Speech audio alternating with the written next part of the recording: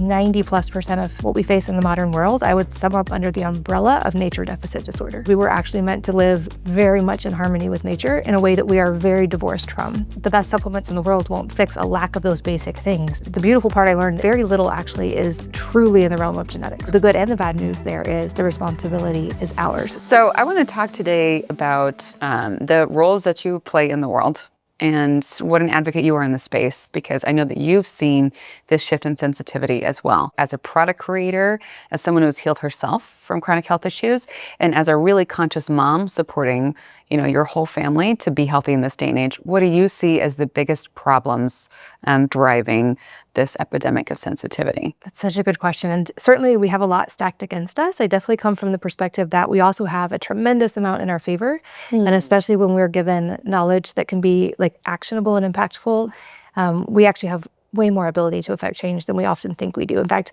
I did a lot of research in the nutritional genetics world for a long time.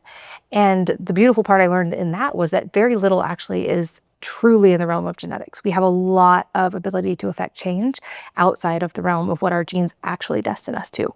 And so the good and the bad news there is the responsibility is ours. So I say all the time on my podcast that we are each our own primary healthcare provider. And as moms, we're that for our children till they get old enough to take the role themselves. And I feel like that actually is a very empowering thing to take on the responsibility of, because it's stepping into the driver's seat. And it's knowing that we can work with practitioners, and I encourage that, having specific knowledge to guide you as you go is incredible. But at the end of the day, we're the ones that make the decisions. And so I think the more we can help individuals learn about their own health, learn about their own N of one study of self and experimentation, that's when the real magic happens and the change happens. And I would say as an overarching category, I feel like two things have emerged very strongly in the last, say, 10 years of health and wellness. One being, of course, the personalization aspect, and that we're also different. So I've seen so many experts come and go that had the perfect on paper system. And I've tried a lot of those systems when I had autoimmunity. And what I learned over time was they figured out what worked for them. That is not an exact blueprint that will work for me. The beauty is not in replicating their system, but learning from their experimentation. And so I feel like that's a valuable starting point for a lot of people from a mindset perspective, is not to just try to replicate exactly what someone else did, but learn from the method of how they figured out what worked for them. And then I would say 90+% of what we face in the modern world, I would sum up under the umbrella of nature deficit disorder. Because I feel like we were actually meant to live very much in harmony with nature in a way that we are very divorced from in the modern world. And we're seeing this drastically, and especially with kids who spend almost all of their time indoors, looking at screens, eating things that aren't food. And so we can overcomplicate it, and also we can distill it down simply to, we're meant to live in alignment with the harmony of nature, and we have the ability in the modern world not to, and we're seeing the consequences of that. I always say that people are a part of nature. Just because we moved indoors doesn't mean we stop being nature. So we crave it, we need it, and we're missing it. So when you look at the factors that people do have control over, because I totally agree with you, as somebody who healed myself from really complex chronic conditions, we've got to be partners with our practitioners. And the people who heal the fastest in our practice are not the ones that sit there passively and get told what to do. They are in active partnership with us. They approach it with that spirit of experimentation of hey, look, I tried this and I didn't feel good. So then I tried this. I was waiting to talk to you. What do you think I should do next now that you know those things? So as a parent, what would you say to other parents out there? Because you are so well educated in the space, and you've seen behind closed doors about how products are designed, how food is made, how practitioners make their decisions. What are the things that parents need to know in order to help their families and themselves thrive today? This is such a good question too. And I think it's easy to fall into the fear mindset when it seems like everything out there is bad for your child or bad for you. And I have definitely done that in the past, fallen into the I wrote a blog post once about how grains are killing you slowly. And my mindset has changed over the years, where I think actually our natural state is to be very resilient and adaptable and able to handle all the inputs. And like you, I had a time in my life where that wasn't the case for me. I had to heal to get to a point where I could be resilient and adaptable again. But I think kids, for the most part, often have great capacity to heal very quickly, and especially when given the right inputs. And I think actually the mindset piece is big here as well, because everything kind of falls under the umbrella of mindset, especially when it comes to kids. And I know a lot of parents can resonate with the idea that if we create artificial walls, we actually create something being more enticing than it was meant to be by making it forbidden. And yet it's that balance of we don't want to give them, of course, junk food, but we also don't want to make junk food this forbidden fruit that they now want more. And that's a small example of course, many things in parenting. But I look at it as kind of like two-part of recognizing from the moment we encounter our kids that they are their own infinite autonomous being and treating them as such while still taking the responsibility to guide that journey until we can fully hand it off to them. And so it's like learning that balance of power and division of power, being that they are their own autonomous human and we're still responsible for creating the boundaries of their life when they're little. So a practical example of that is I've always thought of it as like, it's not my job to know for my child if they're hungry or not. It's my job to provide nutritious food, and it's their job to determine if they want to eat it or not. And whether they might not eat it because they're not hungry, they might not eat it because they don't like it, whatever the reason, that's their job to figure out. My job is to make sure there's always nutrients available and that everything in our house is nutritious and not to provide junk food because I don't have an obligation to provide them bad things.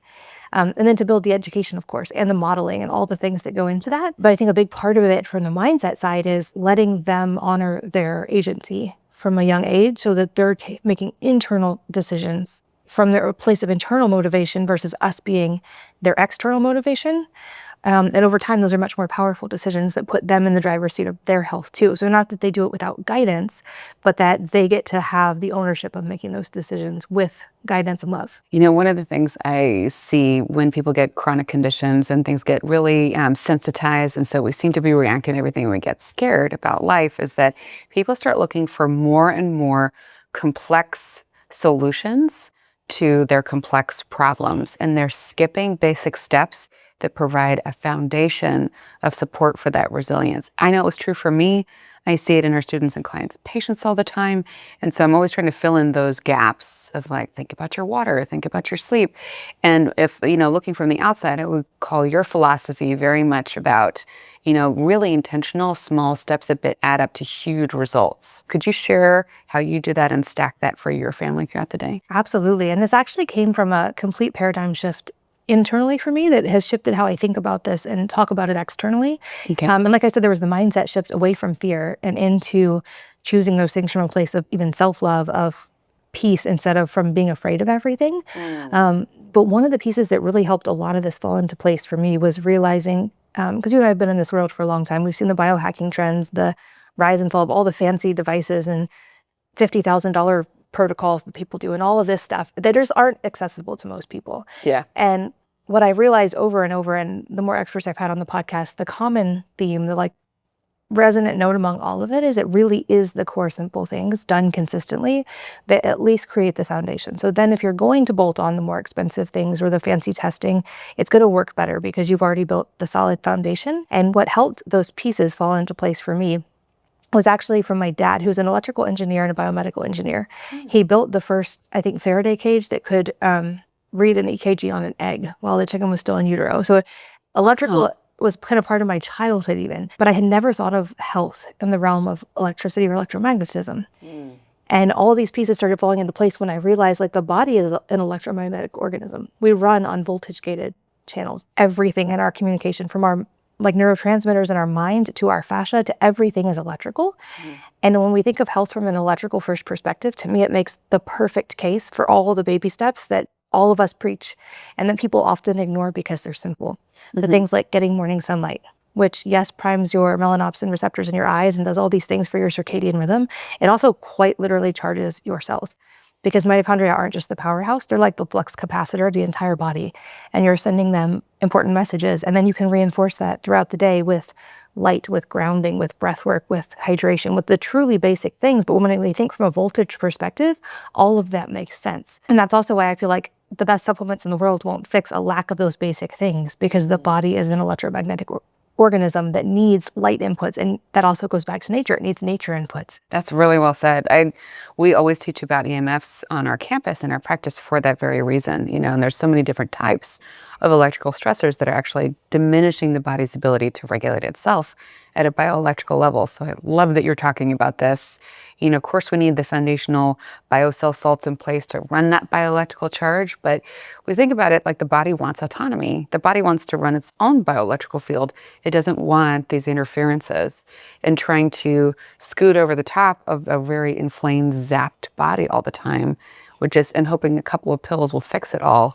It's not actually very realistic, and it's not very respectful. I remember Michael came out of his office at home when we were both really, really sick. He came charging out and he was like, the Wi-Fi is killing us. I'm throwing it out. And I'm like, what? And I was instantly mad at him because he would just change his mind overnight on all the stuff. And it's like, you got to be kidding me. You're taking away something that I rely on, and you're making my life even harder so that I could, possibly have a chance at healing. No, thank you. But when we did turn the Wi-Fi router off at night, I had to acknowledge that not only was I sleeping better and waking up less freaked out, because that's how I used to start the day, is freaked out, but also our cats stopped fighting. He was nicer, Michael was. There were just these ripple effects. You could immediately see, oh yeah, shoot, the body is a bioelectrical being. And I think that's such an important point you just made too, because even just turning it off at night while you're sleeping and not using it anyway can have an impact. It does not have to be an all or nothing. I think even that all or nothing mindset in a lot of cases actually causes more stress. Like there's a time and a place for being all or nothing when you have to be, but it's too easy to fall into that across the board. Yeah. And so if you can make baby steps that make a difference, like just taking the Wi-Fi down when you're already not using it, that's awesome. So what are some other ways that you stack habits for your family to really protect you and create resilience in this day and age? Well, I love that you brought up the Wi-Fi. I have automated that with a digital timer, so it just goes down at night. Same thing with all devices live in the kitchen at night, which I had to model. I had to learn that myself, but all devices charge in the kitchen. And then I think as a parent, the most power we have is in modeling. I used to, for years, as an example, I used to think I hope my kids want to take music lessons. And I would try to encourage them, do you want to take music lessons? Do you want to take piano? Do you want to take voice? And they didn't want to. And then I realized, I want to do this. I wish I had done this as a kid. I want to take music lessons. So I just started taking voice lessons. And then all of a sudden, they were all interested in music. So I think as a parent, our power is in setting the example much more than the words, of course. So for me, that's looked like making my daily habits, modeling them in what I do, and just explaining them when the kids got interested in it. So they see me go out every morning and be barefoot in the grass and get sunshine and hydrate with minerals before caffeine, before I touch a screen, before anything else. And without me telling them, they started doing that. Wow. Or they see me lifting weights or walking, and they get interested in doing it because they see it, not because I'm telling them to. Same thing with we just build so much of food culture in our family around nutritious foods, and that's also all that's in the house. So it's very common for them to cook a pound of lamb as a snack because that's what's there, and they know how to. They've been taught to cook from a young age. So I also think if you just build it into the culture of your home, that's a huge advantage. And from the movement perspective, that means my house looks very strange. There's climbing hangboards in the kitchen. There's gymnastics mats down the hallway. There's rings in all the kids' rooms for gymnastics. But if you put it in their way, they're going to play with it. Similarly, there's chessboards on the kitchen table, but you put those things in their way, and then they have it. When they get bored and they get vitamin boredom, they play with them. I think the habit stacking for me is the morning category is huge. You can get light hydration and gentle movement before caffeine. And also I try to do protein before caffeine, which for a lot of women at least is very nervous system calming than if you're hitting caffeine to your system first thing. And then throughout the day, just little daily touch points of healthy habits. That has made the biggest impact, both in my own healing from Hashimoto's and also in seeing my kids adopt those habits. I can hear the overwhelmed parents now, Katie, I had a sick kid, or I'm not feeling well. I'm still earlier on the journey than you. That all sounds really complicated. What are the things that are going to move the needle the most for me? Oh, my heart totally goes out to that because I vividly remember being the mom with 3 toddlers who was so tired with Hashimoto's that I would fall asleep in front of the front door so they couldn't go run in traffic and just have to sleep. I was so tired.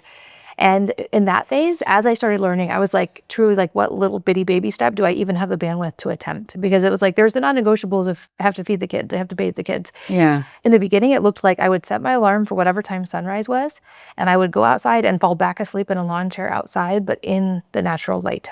It was little tiny baby steps. I would put a quart of water with a pinch of baking soda and some salt on my nightstand so that I would remember to drink it in the morning. It was not anything groundbreaking. But over time, that plus mindset shifts, those little shifts, and giving myself grace to let them be baby steps. Like my personality is like, let's extreme change everything overnight. Right, That's me not too. If sustainable. it's not extreme, it's not going to work. Yeah. But I can't tolerate anything extreme because I'm so sensitive. If you're sick and working through something chronic, you just don't have the bandwidth for that. So for me, it was like holding myself to the baby steps until I started getting more bandwidth and I wanted to add the more things in. And it was a lot of things. Like I didn't do any high intensity exercise for 2 years. I spent time in nature. I was hydrated. I slept a ton. I was gentle with myself. I shifted from, I still had to be restricted for a little while with food because there were things I was reacting to. And I shifted my mindset away from restriction and into like, of the things I can eat and that I love, how can I both maximally nourish myself and find the most joy and pleasure in this food at any given time?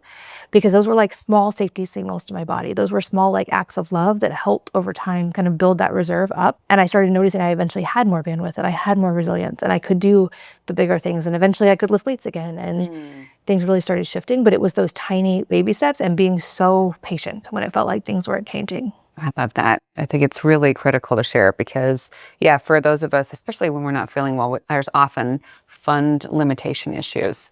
And so what is really worth your time, your energy, your money? And how can you be kind with yourself along the way? Like we got to start looking for those free things, those small things. We always say, live small now to live big later. This is not about trying to replicate normal life while you are sick. Stop trying to please everybody else. This is not the year you're going to be PTA president. You got to let go of some of those, like, who cares if the dishes don't get washed? You know, the government doesn't really care if you turn your taxes in late. Like, just feed yourself. Just sleep. Yeah, and each one of those gentle, yes, go to bed.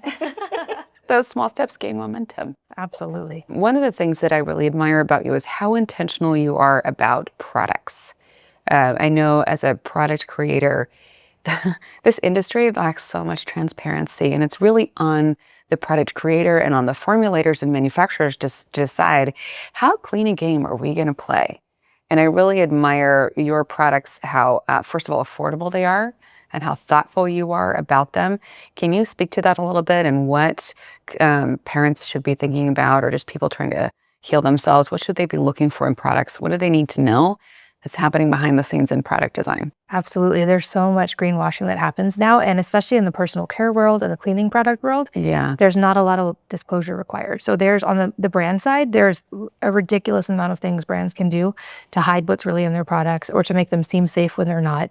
There are some general guidelines that now have come out. So like if someone has certain certifications like EWG, you can check in an independent database to see like what their product ingredients are and if there's what the risk level is for each of those ingredients.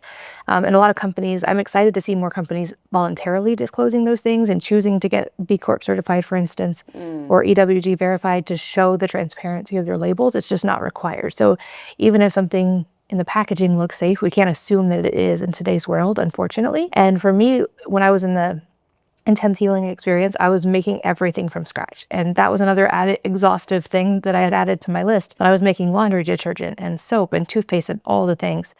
And back then there weren't options for a lot of those things. I'm so glad that now there are, and there are like actually safe cleaning products you can buy and not have to make and all these things.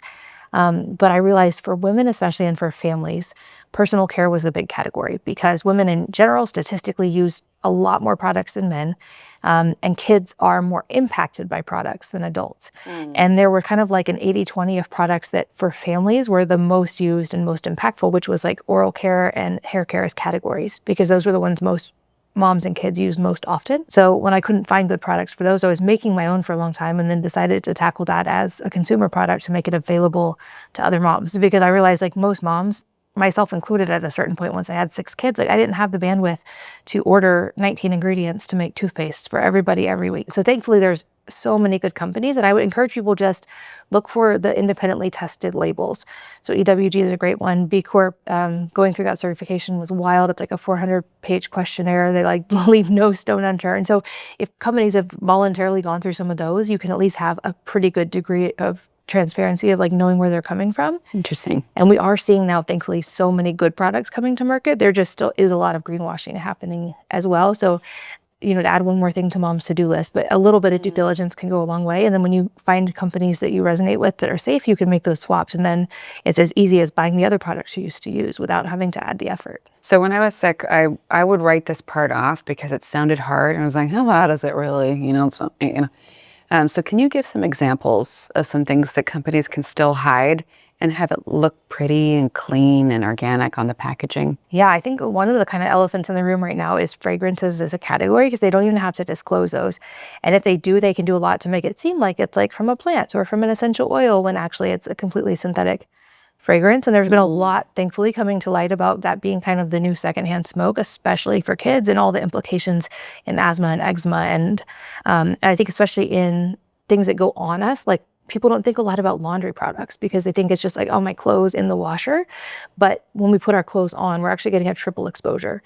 So we're getting inhalation exposure from our lungs, we're getting skin exposure, and then we're just getting that like low-level nervous system exposure all day. So fragrances and something like that are potentially on kind of a level of like secondhand smoke for kids. And that's when it doesn't even technically have to be disclosed. So those are areas where moms really have to do the research. And thankfully that there are amazing alternatives now. Yeah, it is really scary to be navigating things and try something you think looks clean and you can't even tolerate that. Like, it's really hard not to go into that spiral of like, nothing works for me. We also find the inflammatory cascade, it builds up over days. So if you got exposed to that laundry detergent 3 days ago, and then, you start building a headache on day 2 and the rash appears day 3, it's really hard to track where that came from. Especially when it's like you said, chronic and repeated exposures, and because the body's resilient, it's one thing of like, if you're walking through a store and you walk down the aisle and you inhale it once, like your body is able to handle those kinds of exposures. If it's on your body all day long, every day, and you're sleeping on sheets that have the same thing, that's that like chronic, and in the body, it's harder for the body to stay on top of that. I also recognize that the competition is fierce right now. And so there has to be, a lot of pressure in the product space for the bottom line. Have you been pressured by manufacturers and your partners to, shift things in the wrong direction? Thankfully not. From the manufacturing side a little bit, but our focus has always been very much the consumer. And for me, like it's not consumers as a category. It's these people that I've known, that have read my blog for 20 years, who I care about, who I know their names. So to me, it was never worth a compromise for that, because this isn't a numbers game to me. Those are real people, real families. But certainly it is, especially the CPG market is so saturated right now, and it is fiercely competitive. And I totally understand why brands make the compromises they do sometimes from a bottom line perspective, but I don't understand it from a human perspective. So I would love for you to share with our audience, first speak to the parents about your tips for navigating, if you could give them a message of hope right now, if they have reactive kiddos or they're reactive themselves. And then I would love for you to say what you think needs to be said to your fellow product manufacturers and designers. Amazing. Well, I would say first and foremost to parents, my message would be is that we are in an incredible and pivotal point, I think, in history. And I think the way that we raise the next generation is going to have a dramatic impact on what society looks like in 20 years. I've said for many years that moms are the most powerful force on the planet, not only in our purchasing power and the fact that we quite literally drive these decisions, but because we are raising the next generation. And what we model is what they will build from a foundation of. The great news here is kids are incredibly resilient and their bodies know how to heal. It's actually one of my few core beliefs that I have questioned over and over and found to be true over and over, which is that the body is always on our side. It infinitely knows how to heal, and that's what it's always trying to work toward. So if it isn't doing that as quickly as we'd like, or we're still not seeing the results we like, it's an opportunity to learn the language of our body a little more deeply, or the language of our child's body a little more deeply, and give it what it needs. But almost always it's the body requesting in very clear language either something it needs or the removal of something it doesn't. And that might be something internal in our mindset, that might be something in our environment, that might be something in our diet, but it's the body communicating. And when we can learn to speak that language, incredible things can happen. And so I would say for parents, I actually feel the most hope I've ever felt, even though the statistics maybe don't back that up, and we see all the scary statistics about what our kids' generation will face. I think we still have time, and then we have tremendous power to shift that still, and that truly that power lies in the hands of parents, and each of us as our own primary healthcare providers, and the model of that for our kids. That's beautiful. Wow. Thank you. Can you speak to your fellow manufacturers right now? What do you want them to know? I love this. This is a question I've never been asked. And it's interesting to get to be kind of in the background as a product manufacturer and still in the foreground as a mom. And I think in the product world, there is always, of course, a temptation to, and an obligation to shareholders, to investors, to the company's bottom line, to being profitable. And I think these things, while they can often seem in conflict, don't have to be. I think actually profitable companies can drive amazing change. I think heart-centered companies can drive amazing change. And I think beautiful relationships can happen between products, companies, and their consumers in a relationship aspect. And I think if we can keep that forefront, if we can remember that the people on the other side are not numbers, they're humans, and their lives, and they're mothers with children, and they're growing, developing bodies that are going to birth the next generation in 20 years, I think we can make decisions from a more heart-centered place. And that doesn't have to mean ever sacrificing the bottom line. And I think for change to truly happen, we actually need both of these things. We need the grassroots changes in households and in families, for each of us making them in our own lives. And we need them at a consumer level as well as a big company level. I've never thought it was a bad thing necessarily when massive companies bought natural brands. Because while I've seen things change and it can be bad, what I've realized is when big companies who already have economies of scale start paying attention and start prioritizing the safer alternatives, that actually shifts things a lot faster than we can when we just make healthy choices inside of our home. And we need both for things to actually shift on a massive scale. But for anybody in the product world, I would say we have an incredible opportunity and an incredible pivot point right now to start making that change happen. Wow, that just gave me goosebumps. Thank you. I wish that I had had you back in the day when I was healing. And I'm so glad that you're here now doing this work. Thank you so much for having me. You're a joy to talk to. This was so fun. Thanks for spending this time with us today. I know these conversations can bring up a lot, and I want you to have room to sit with what you learned and let it land in your own body. If you want more support or you're curious about the next step on your healing path, you can always connect with me. Find me on Instagram at @TheDetoxNation and explore resources mentioned in this episode at detoxnation.com. This conversation is shared for education and personal reflection and isn't medical advice. Please always work with your trusted healthcare providers for your care. I'm really glad you're here, and I'll see you in the next episode.